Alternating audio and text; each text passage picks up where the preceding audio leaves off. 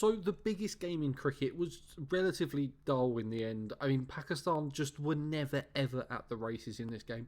India always seemed to be in control. I mean, even at a point where Pakistan were 151 for 2, you still felt like they were going too slow. I mean, they were 151 for 2 after 33 overs, and it wasn't quite at the right speed. I mean, okay, I get it. They lost 2 early wickets. I thought the power play wasn't as bad as it was in the previous game when they were 22 for 2, but still wasn't great. But their slow period, they just decided to score at 2 and over between overs 10 and 20, and it just didn't make sense. Rizwan ends up with 46 off 77, which is probably just as bad as the Babar Azam innings in the first game. Saud Shakil, again, a bit of a weird innings. He started to accelerate towards the end of his innings, but he only got 62 off 76. It was just, they got themselves to a point where they needed to accelerate, and because they were so slow before, that they didn't have the kind of time to accelerate gradually. They just had to go from scoring at 3 and over to scoring at 8 and over. And then it puts pressure on everyone else coming in. Kushdil Shah scores runs again, which is fine.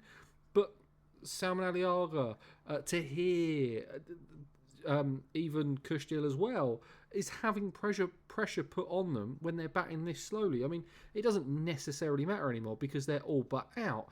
Kuldeep Yadav takes 3 for 40. He takes a couple of lower order players at the end, which is what a wrist spinner's meant to do. Jadeja, Axar Patel were just basically tight and got through the overs quickly.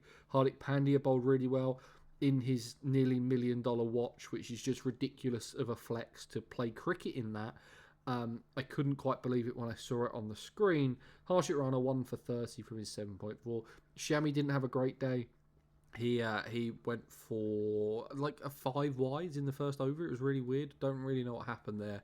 And then when it came to the run chase, it was always in control. I mean, Rohit batted quickly, got themselves into a decent position. He only got 20, but he's putting pressure on those bowlers. Shubman Gill makes 46 until he's done by an absolute beauty by Abrar Ahmed. And Virat Kohli scores 100 off 111. He's fighting against how many runs he's got left, how many runs he needs for his century, as he always seems to do in his ODI centuries. I mean, that is ODI century number 51 for Virat Kohli now. And whoever says he's out of form, I mean, all he needs is some weak opposition to score the runs against. Shreyas Iyer scores 56. India will completely boss this game. This did not even look like a competition. It was far too easy for India, and Pakistan just need to have a look at themselves and go back to the drawing board, sack the lot of them.